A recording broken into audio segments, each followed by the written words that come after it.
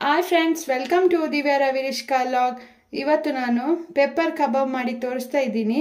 ಇದಕ್ಕೆ ನಾನು ಅರ್ಧ kg ಅಷ್ಟು ಚಿಕನ್ ತಗೊಂಡಿದ್ದೇನೆ, ಕೊತ್ತಂಬರಿ ಸೊಪ್ಪು, ಹಾಗೆಯೇ ಕರಿಬೇವು ಸೊಪ್ಪು, ಗ್ರೀನ್ ಚಿಲ್ಲಿ, ಶುಂಠಿ, ಬೆಳ್ಳುಳ್ಳಿ, ಹಾಗೆಯೇ ನಾನು ಫ್ರೆಶ್ ಆಗಿರಲಿ ಅಂತೇಳಿ ಇಡೀ ಪೆಪ್ಪರ್ನೇ ತಗೊಂಡಿದ್ದೇನೆ. ಇದನ್ನು ಒಟ್ಟಿಗೆ ನಾನೀಗ ಮಿಕ್ಸ್ ಜಾರಿಗೆ ಹಾಕಿ ಗ್ರೈಂಡ್ ಮಾಡ್ಕೊಳ್ತಾ ಇದ್ದೀನಿ.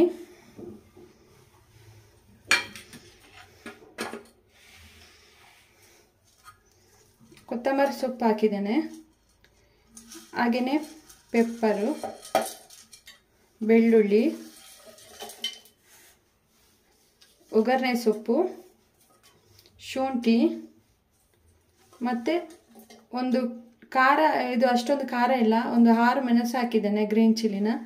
ಇವಾಗ ನಾನು ರುಬ್ಕೋಬೇಕಿದನ್ನು, ಈಗ ರುಬ್ಕೊಳ್ತೀನಿ ಅದನ್ನು. ಇದಕ್ಕೆ ಯಾವುದೇ ನೀರು ಆ್ಯಡ್ ಮಾಡೋದಿದೆ, ನಾನು ಹೀಗೆ ರುಬ್ಕೊಳ್ತೀನಿ. ಈಗ ಇದನ್ನು ನಾನು ರುಬ್ಕೊಂಡು ಇಟ್ಕೊಂಡಿದ್ದೇನೆ ನೋಡಿ, ಇಷ್ಟೇ ಸಾಕು. ಅಂದರೆ ಈ ಥರ ನಾವು ಬೆಳ್ಳುಳ್ಳಿದು ಸಿಪ್ಪೆ ಹಾಕಿ, ಅಂದರೆ ಫಸ್ಟ್ ನಾವು ಬೆಳ್ಳುಳ್ಳಿನ ಚೆನ್ನಾಗಿ ತೊಳಿಬೇಕು, ಆಮೇಲೆ ನಾವು ಸಿಪ್ಪೆ ತೆಗಿಬಾರ್ದು. ಹೀಗೇನೆ ಮಾಡೋದ್ರಿಂದ ಇದು ತುಂಬ ಟೇಸ್ಟ್ ಕೊಡುತ್ತೆ. ಇವಾಗ ನಾನು ಚಿಕನ್ ಇದು ವಾಶ್ ಮಾಡಿ ಇಟ್ಕೊಂಡಿದ್ದೆ. ಇದಕ್ಕೆ ನಾನೀಗ ಕರ್ಡ್ ತಗೊಂಡಿದ್ದೇನೆ. ಒಂದು ಚಿಕ್ಕ ಲೋಟದಲ್ಲಿ 1 ಕಪ್ ಅಷ್ಟು ಕರ್ಡ್ನ ಆ್ಯಡ್ ಮಾಡ್ಕೊಂಡಿದ್ದೇನೆ. ಇವಾಗ ನಾನು ಈ ಮಸಾಲೆನ ನಾನು ಇದಕ್ಕೆ ಹಾಕ್ತಾ ಇದ್ದೀನಿ.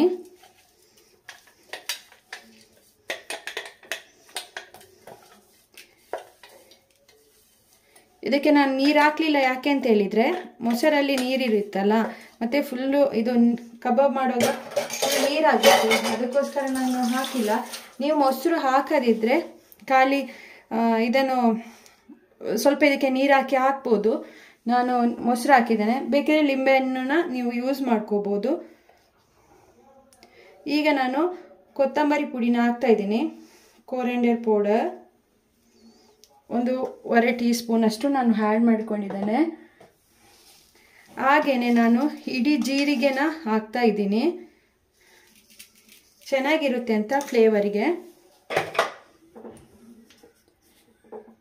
ಹಾಗೆಯೇ 1 ಟೀ ಸ್ಪೂನ್ ಅಷ್ಟು ಉಪ್ಪು ಹಾಕಿದ್ದೇನೆ. ಅಂದರೆ ಉಪ್ಪನ್ನ ನೋಡಿಕೊಂಡು ಹಾಕಿ, ಕೆಲವು ಸಲ ಕ್ವಾಂಟಿಟಿ ಜಾಸ್ತಿ ಇರುತ್ತೆ ಚಿಕನದ್ದು, ನಾನು ಖಾಲಿ ಅರ್ಧ kg ಮಾತ್ರ ತಗೊಂಡಿದ್ದು, ಹಾಗಾಗಿ. ಈಗ ಇದಕ್ಕೆ ನಾನು ಈ ಟೀ ಸ್ಪೂನಲ್ಲಿ ಒಂಚೂರು ಮೈದಾ ಹಾಕ್ತಾ ಇದ್ದೀನಿ. ಹಾಗೆಯೇ ಕಾರ್ನ್ ಪೌಡ್ರ್ ಹಾಕ್ತಾ ಇದ್ದೀನಿ, ಅದೇ ಸ್ಪೂನಲ್ಲಿ ಇಷ್ಟೇ ಕಾರ್ನ್ ಪೌಡರ್ ಹಾಕ್ತಾ ಇದ್ದೀನಿ.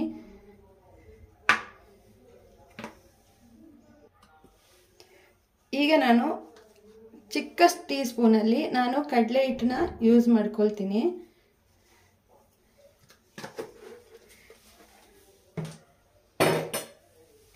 ಇವಾಗ ಇದನ್ನು ಒಂದು 1/2 ಅವರ್ ನಾವು ಮ್ಯಾರಿನೇಟ್ ಮಾಡಿ ಇಟ್ಕೋಬೇಕು. ಇನ್ನು ಏನು ಹಾಕ್ಲಿಕ್ಕಿಲ್ಲ ಇದಕ್ಕೆ.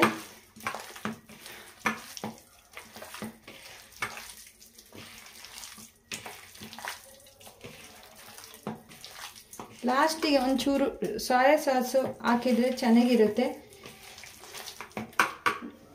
ನಾನು ಖಾಲಿ ಮೊಸರು ಹಾಕಿ ಮಾತ್ರ ಮಾಡ್ತಾ ಇರೋದು, ಅದಕ್ಕೆ ಯಾವುದೇ ನೀರು ಹಾಕಲಿಲ್ಲ. ನಾನು ಹುಳಿ ಅಂಶ ಇರುತ್ತೆ ಮೊಸರಲ್ಲಿ, ಹಾಗೆಯೇ ಸ್ವಲ್ಪ ಸೋಯಾ ಸಾಸನ್ನ ಹಾಕ್ತಾ ಇದ್ದೀನಿ. ಇಷ್ಟ ಆದರೆ ಹಾಕಿ, ಇಲ್ಲದಿದ್ದರೆ ಪರವಾಗಿಲ್ಲ. ಈಗ ನಾನೊಂದು 1/2 ಅವರ್ ಇದನ್ನು ಮ್ಯಾಗ್ನೇಟ್ ಆಗಲಿ ಅಂತ ನಾನು ಹಾಗೇನೆ ಬಿಟ್ಟಿರ್ತೀನಿ.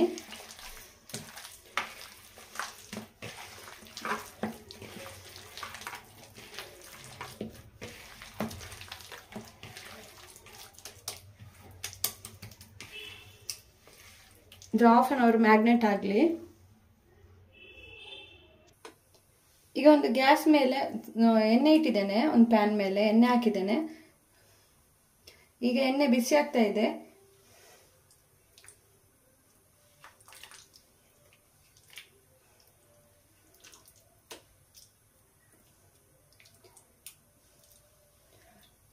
ಎಣ್ಣೆ ಬಿಸಿಯಾಗಿದೆ.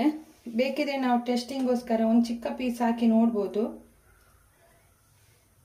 ಅದು ನಮ್ಗೆ ಗೊತ್ತಾಗುತ್ತೆ ಎಣ್ಣೆ ಬಿಸಿಯಾಗಿದೆ. ಈಗ ನಾನು ಇದನ್ನು ಫ್ರೈ ಮಾಡ್ಕೊಳ್ತಾ ಇದ್ದೀನಿ ಚಿಕನ್ನ. ಜಾಸ್ತಿ ಒಂದು ದೊಡ್ಡ ಬಾಣಲೆಯಲ್ಲೆಲ್ಲ ಎಣ್ಣೆ ಯೂಸ್ ಮಾಡಿದರೆ ಮತ್ತೆ ವೇಸ್ಟ್ ಆಗುತ್ತಲ್ವಾ, ಅದಕ್ಕೆ ನಾವು ಯಾವಾಗಲೂ ಚಿಕ್ಕದ್ರಲ್ಲೇ ಯೂಸ್ ಮಾಡ್ಕೋಬೇಕು. ಮತ್ತೆ ನಾವು ಯೂಸ್ ಮಾಡಲಿಕ್ಕಾಗಲ್ಲ, ಅದಕ್ಕೋಸ್ಕರ.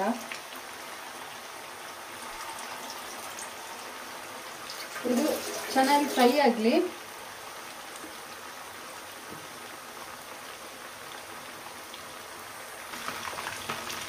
ಈಗ ಒಂದು ಕಡೆಯಿಂದ ನಾವು ಇನ್ನೊಂದು ಕಡೆಗೆ,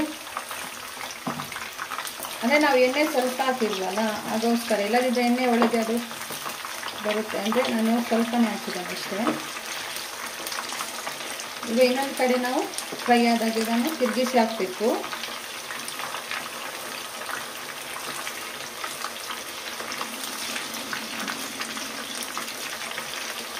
ಇವಾಗ ಇದು ಇನ್ನೊಂದು ಕಡೆ ಸಹ ಫ್ರೈ ಆಗಿ, ಇವಾಗ ಇದು ಆಗಿದೆ. ಇದನ್ನು ನಾನು ತೆಗಿತಾ ಇದ್ದೀನಿ.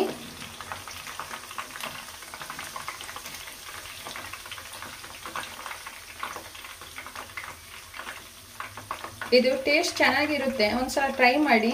ಕೆಲವರಿಗೆ ಇದು ಮೇಲೆ ಗ್ರೇವಿ ಎಲ್ಲ ಇದ್ರೆ ತುಂಬ ಇಷ್ಟ ಆಗಲ್ಲ, ಮಕ್ಕಳಿಗೆಲ್ಲ ತುಂಬ ಚೆನ್ನಾಗಿರುತ್ತೆ ಇದು.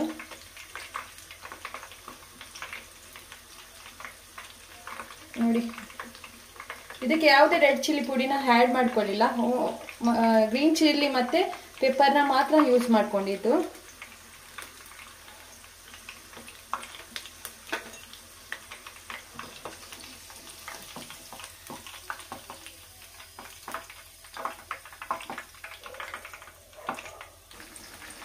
ಪೆಪ್ಪರ್ ಕಬಾಬ್ ರೆಡಿಯಾಗಿದೆ ನೋಡಿ, ರೆಡಿಯಾಗಿದೆ.